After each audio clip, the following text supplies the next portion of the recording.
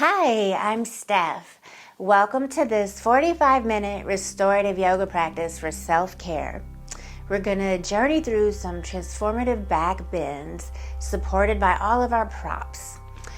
So for this practice, I'm using 2 bolsters, 2 blocks, and a blanket. And with restorative yoga, I always say you can never have too many props. So if you have multiple blankets, feel free to use those. If you know that you like a lot of support and you want to use an extra bolster or some additional blocks, feel free to bring those in. If you don't have these props at home, you can substitute the bolsters for some firm supportive pillows, and you can substitute the blanket with a towel. If you haven't already, please like the video, subscribe to the channel so you can get updates when I share more videos like this, and let me know how you like the practice in the comments. I love to hear from you. Let's begin with the blanket. So you want to lay it out in front of you and then begin to roll the blanket, or maybe you're using a towel, and you want to kind of smooth it out along the way. And you might want to roll it 2 or 3 times, maybe even 4. And after you have just a small roll of the blanket, maybe it's 1 inch or 2 inches in height, you'll flip it over so that the roll sustains itself and it doesn't unroll beneath you. And this is going to leave a nice pad for your head to rest upon with the remaining part of the blanket. So let's turn to face away from the roll and lay the shoulder blades over the rolled part of the blanket. Cactus the arms with the elbows above the roll. Separate the feet a little wide and let the knees fall in together.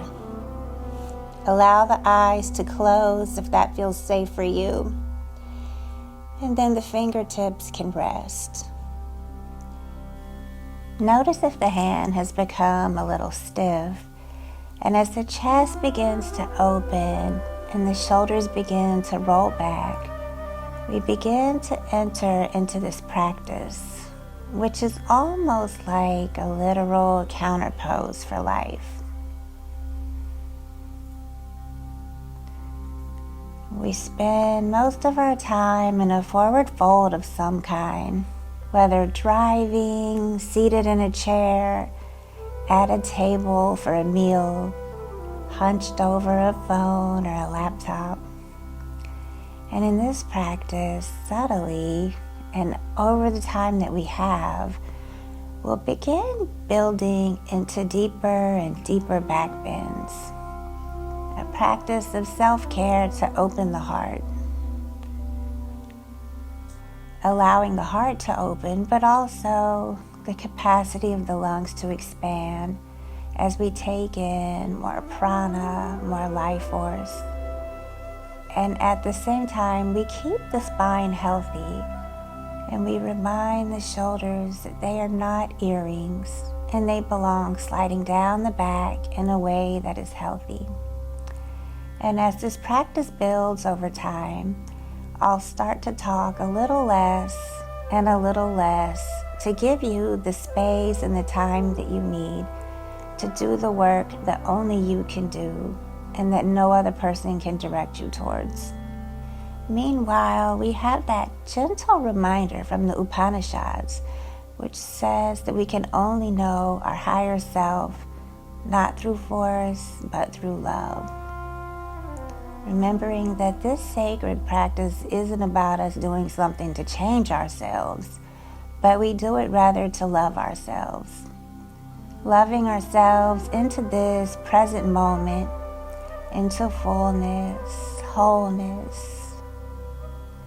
And if you find this practice supportive, you might even envision that throughout the course of this practice, that you could breathe in through the front of the heart and breathe out from that same space. On the inhale, feeling the cage of the ribs expanding literally, almost like they could reveal and expose the space of the heart. And on the exhale, it's as if we could feel the way that the body empties and the heart hugs back into the body for protection, for rest.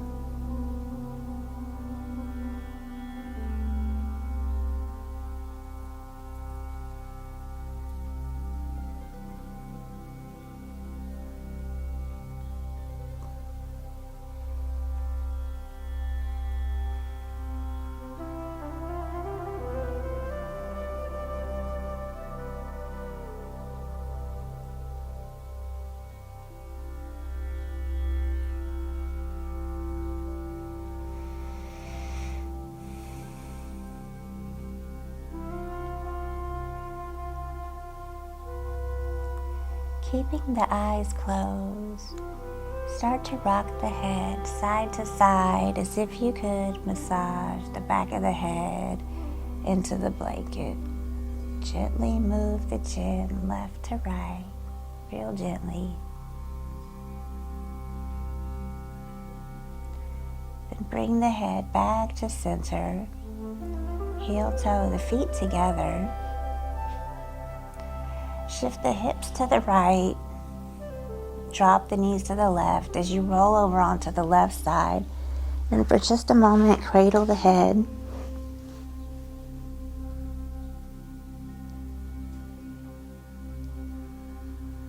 Pause here. Eyes closed if that feels good. Body still. We want to make sure that throughout the practice, we're not rushing our transitions.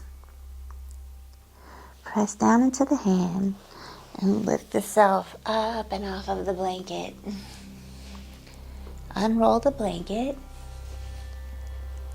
and then fold it up into a little square to make a supportive pillow for yourself.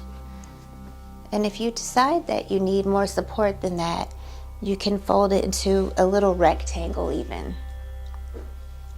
Then turn away from your pillow. Have one of your bolsters nearby as you recline down onto the back.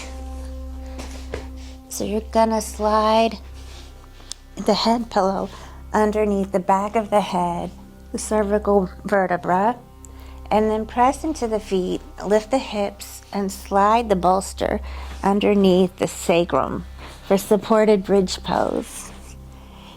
You may be familiar with this pose, probably with a block. So today, we invite in a softer prop. You can keep the knees bent, especially if you have tenderness in the back or the sacrum. If it feels okay for the spine, you might choose to extend the legs forward and out, straightening the legs and allowing the feet to fall open and away from one another. Some people have lots of tenderness in the sacrum or the low back.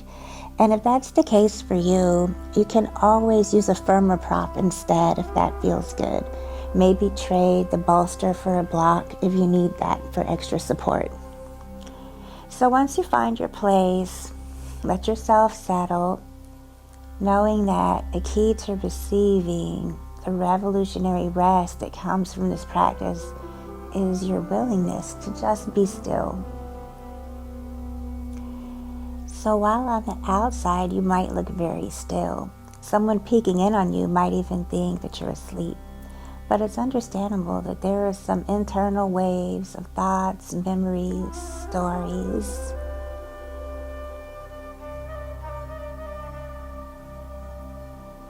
To come back to that intention we set at the beginning, to move from and with love throughout this practice, nurturing ourselves.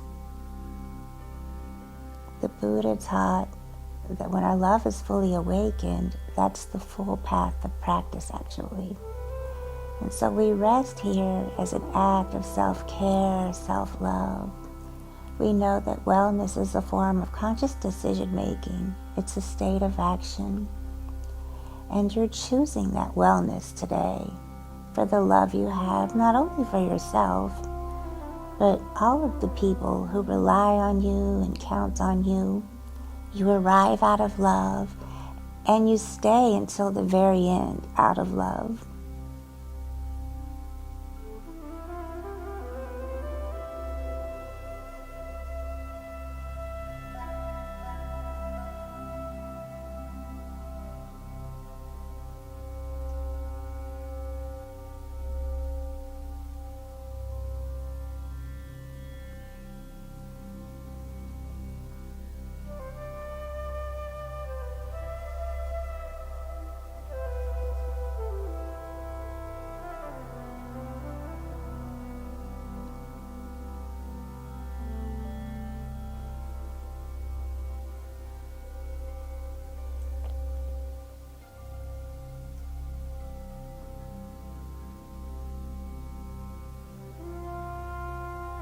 Allow this breath to be a little more full.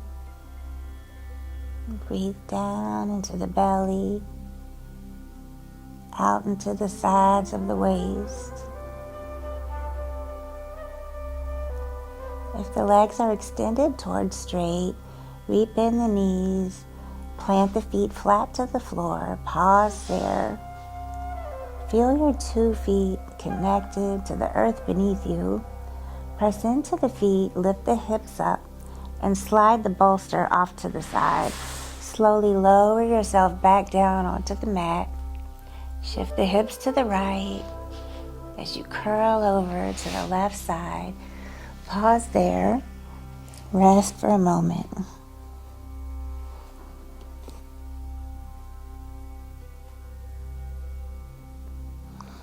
And then press down into the hands and rise all the way back up to sit.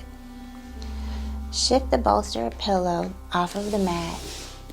And then you're going to bring both of the bolsters onto the mat.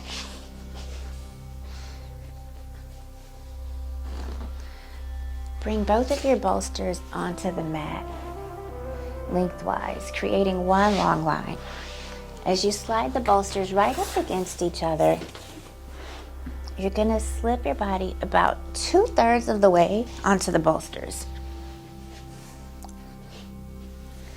Reach your legs out in front of you, resting your legs on the second bolster. A little bit of elevation here. And then use the hands to slowly walk yourself all the way back until your upper back, the shoulders, are resting off of the bolster onto the mat, maybe the pillow. So the edge of the bolster is at the base of the shoulder blades, in the same place where that rolled blanket was at the start of practice. And we just keep taking the journey as we deepen these back bends in small steps. Backs of the shoulders, backs of the shoulder blades, back of the head, all resting down onto the mat. And very subtly, we're in an inversion here. So as the heart is slightly lower as the rest of the body, and we come into a supported version of shoulder stand in restorative practice, let the thoughts come and go. It's almost as if they're clouds passing through the sky of the mind. Nothing to figure out right now. Nothing you have to fix. No problems to solve. And once again, we find that center line of the heart. Breathing into and out of the middle of the sternum as we journey deeper and deeper into this transformative practice, almost like a transmutation. We're in the process of alchemy together.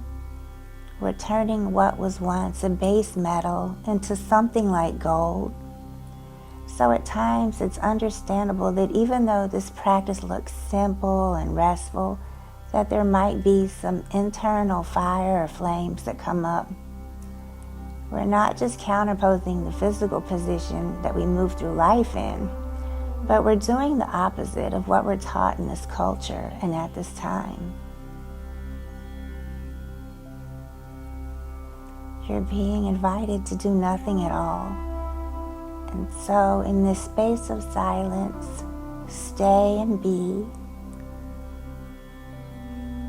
rest and love. Attend to and befriend all that might come up for you.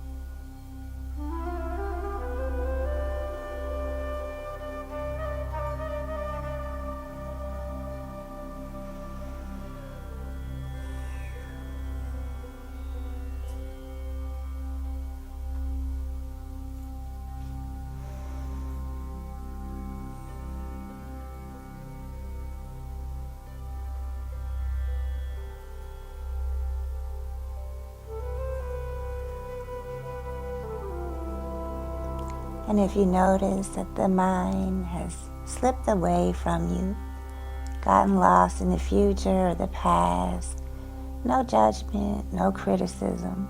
Just simply notice again this next wave of breath. Tune into the breath to bring you back to this present moment.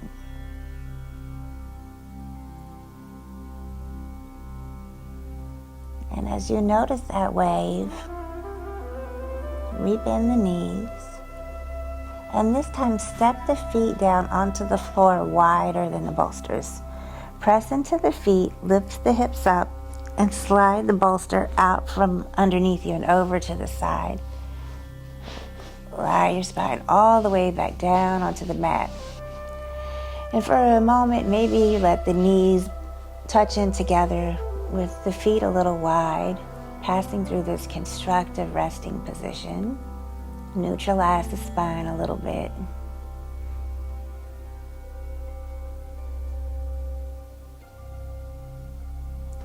Then roll to the left, press down into the hands, and slowly press your way up to sit. Unhurried, no rush here. Really take your time. And maybe the eyes even remain closed for a moment if that feels good for you. And then we shift one bolster all the way off the mat. Set it to the side for now. And bring the other bolster parallel to the top of the mat. And you're going to take the folded blanket to the center of that bolster. And if you determine you need more height, you can always fold this blanket again. And then take one block at either the low or medium height and place it right towards the center of that bolster. So it's like we're making a super short letter T. Turn to face away from the block. And we're going to take this back bend a little bit deeper. So using the hands, you're going to recline back and line the base of the block up with the base of the shoulder blades. And then recline back and let the head rest on the folded blanket. There is some intensity here as we deepen into the back bend, the opening of the heart, the place that for many can feel quite vulnerable. So to remember that you're doing something out of love and not out of force is important here.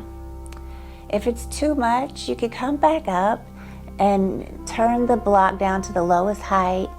You can adjust in a way that meets you where you are today.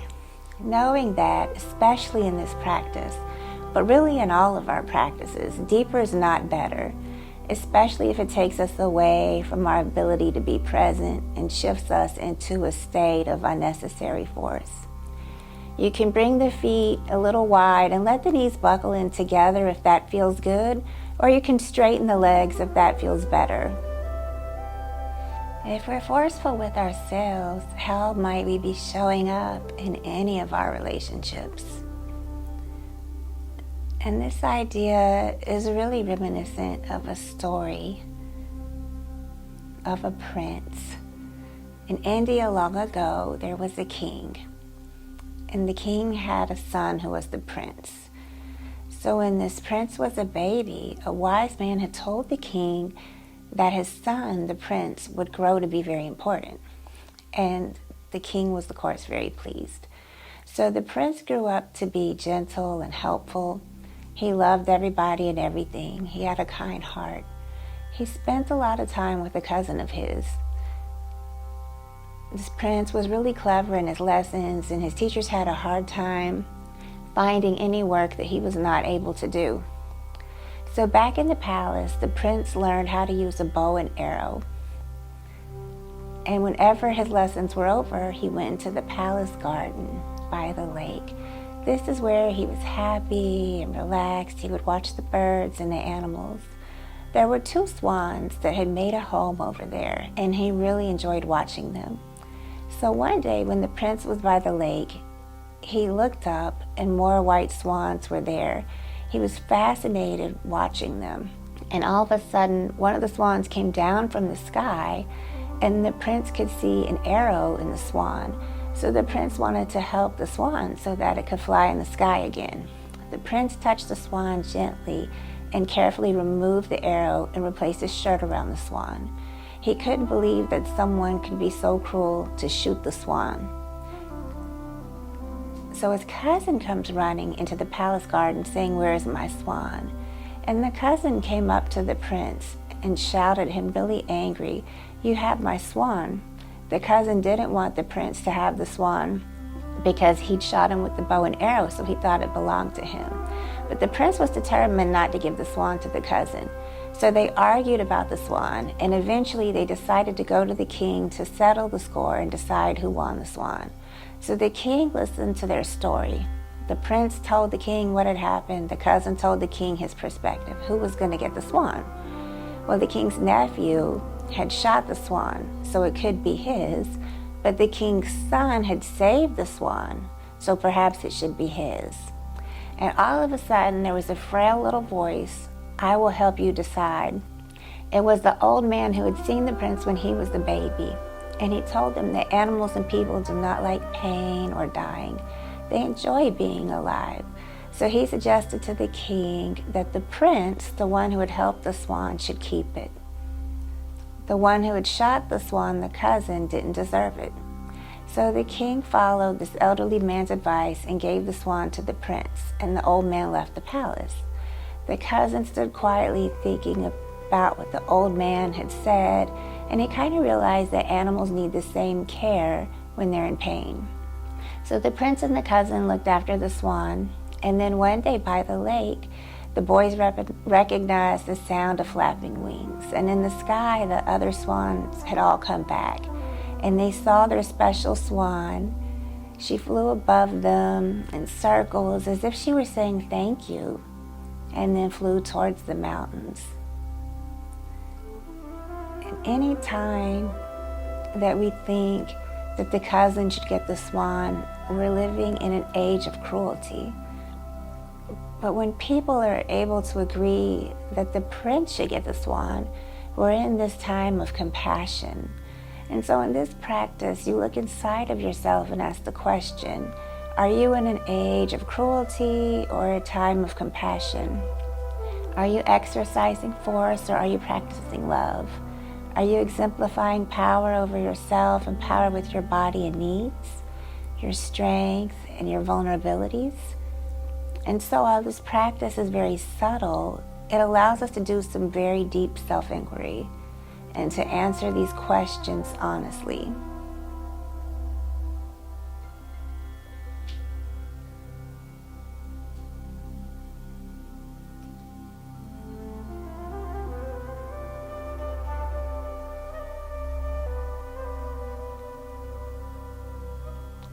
Start to deepen the breath a little bit, and then begin to heel toe the feet together, and very gently shift the hips to the right as you roll to the left, rolling off of the props. Let your head rest on the blanket or the bolster. The block can still be behind you, but it's no longer on the body. And you just breathe into the place where the block just was. What do you notice? And can you give that sensation a name without categorizing it? You might notice heat, warmth, tingling, not falling into that constant categorization of like or dislike. Just noticing what is and resting in reality. And then press down into the hands and press all the way up. Shift the block to the side and turn the bolster parallel now with your spine. And you're going to take both of your blocks underneath the bolster. So we're going to make a little ramp for the bolster. So both of the blocks will come underneath the bolster, making a ramp. So one block at the back at the highest height, and then the second block is going to be in front of that at the medium height. And this is important because we want this middle part of the bolster to be supported so that it doesn't sink. This is going to be the peak pose of this practice. And we won't hold it as long, but you want to be ready for what's coming. Some people might even choose to add an extra bolster if you find that you need some additional height. You might place your blanket at the top of the bolster so that you have a pillow there when we recline back. So you'll come to hands and knees, bring the knees together, separate the heels, the width of the bolster a little wider, and then scoochie the hips back up against the bolster. And we're going to lean back into a supported restorative version of Virasana, hero's pose. So a couple of options here might be to bring some blocks or blankets underneath the sit bones if you need some extra elevation. You might bring a blanket underneath the knees if the knees are tender. And when you find your place, a place that is sustainable for an amount of time, notice if you can feel the alchemy, the shift that is taking place. You might have come into this practice rigid and stiff at the level of the heart, the mind, and or the body. And as you've allowed yourself to drop in a little more deep, pose by pose, breath by breath, and in some ways, you're more malleable like gold, flexible and shiny, revealing ultimately what was always already there, an essence that was just asking to be brushed off. If there's some intensity arising for you, the mind or the physical body, can you go to that place with your attention? Go right there. Breathe into it. Be with it. And notice that nothing stays the same. Last few moments here.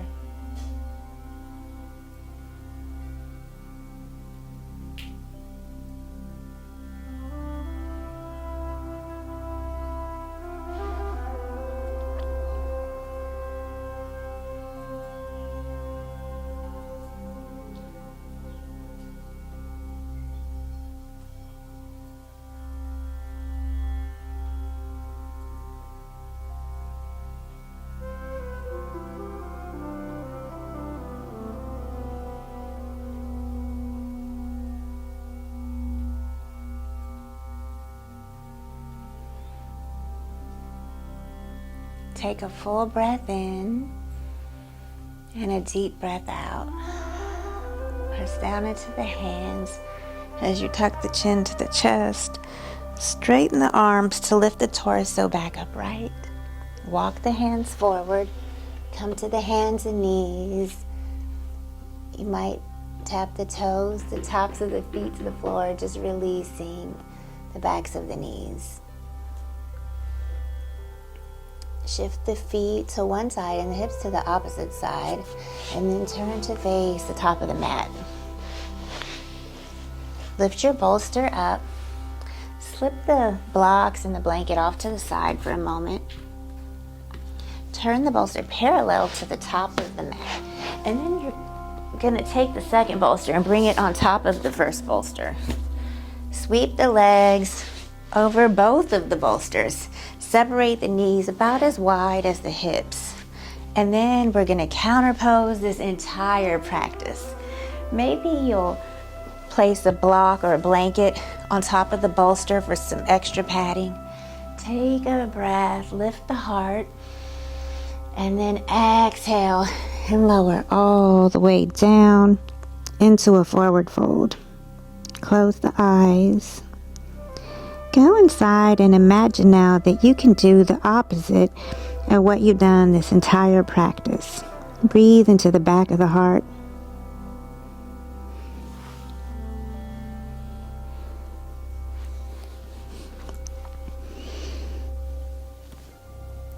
Imagine that you could breathe into the space between your shoulder blades, knowing that from one side of the body we give and one side we receive. So honoring that, maybe close the eyes and just allow yourself to be.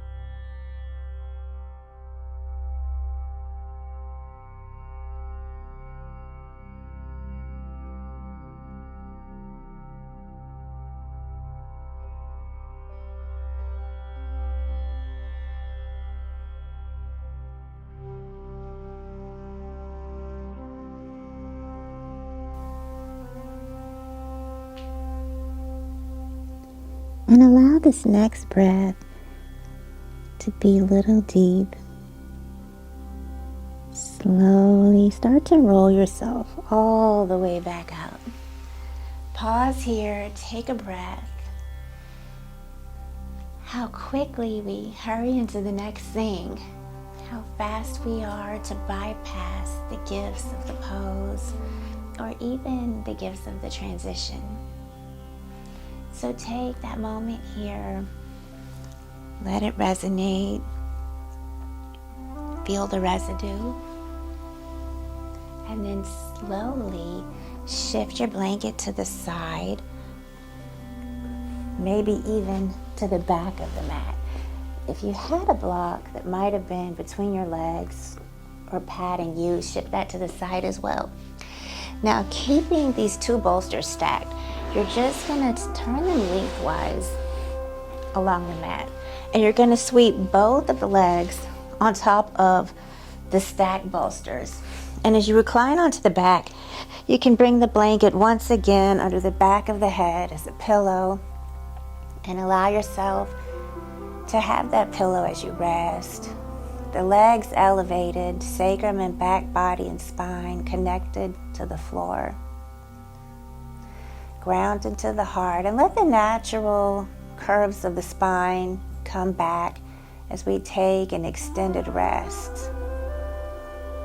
Let yourself go and let yourself just be while together in this supportive, restorative version of Shavasana, we rest. And if you find that the legs feel a little unstable here and you'd like to unstack the bolsters and place one leg on each bolster, that's also always an option.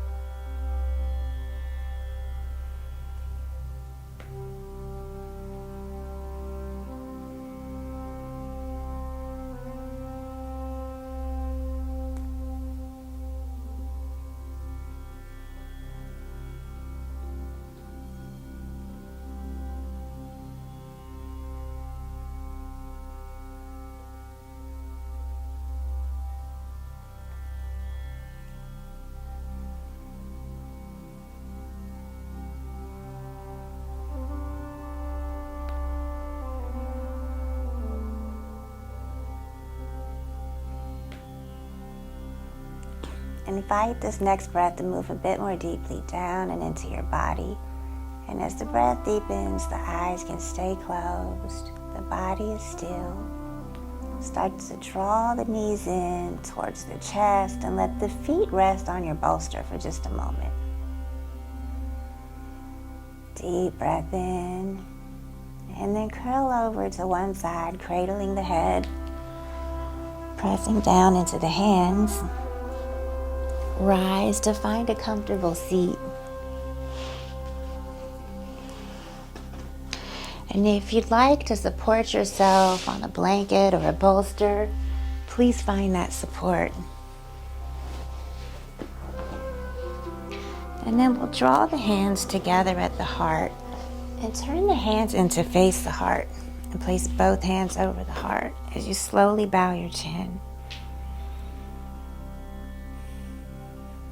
Oftentimes, we have to sit with the fire that is required for transformation to take place.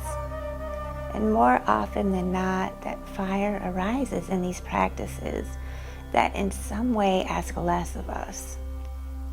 You've been asked to sit with your resistance, your restlessness, your sleepiness, maybe even doubt. All of the parts of you that came forward during this practice.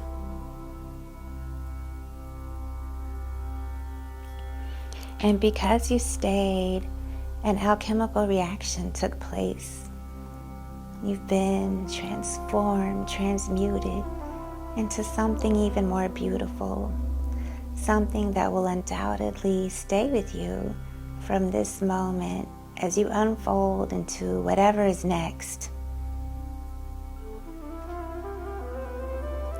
And so from this place of love, draw the hands together, press the palms in, give it a little something extra today, an extra press with intentionality, the intentionality of bringing two hands to the heart space. On an inhale, place the back of the thumbs to the forehead for clarity of thought, and then the fingertips to the lips for thoughtfulness of speech, and finally the hands back to the heart for consistency of action, allowing your practice to guide you through everything that you're thinking, saying, and doing. Thank you for sharing your practice with me today. Namaste. I bow to you.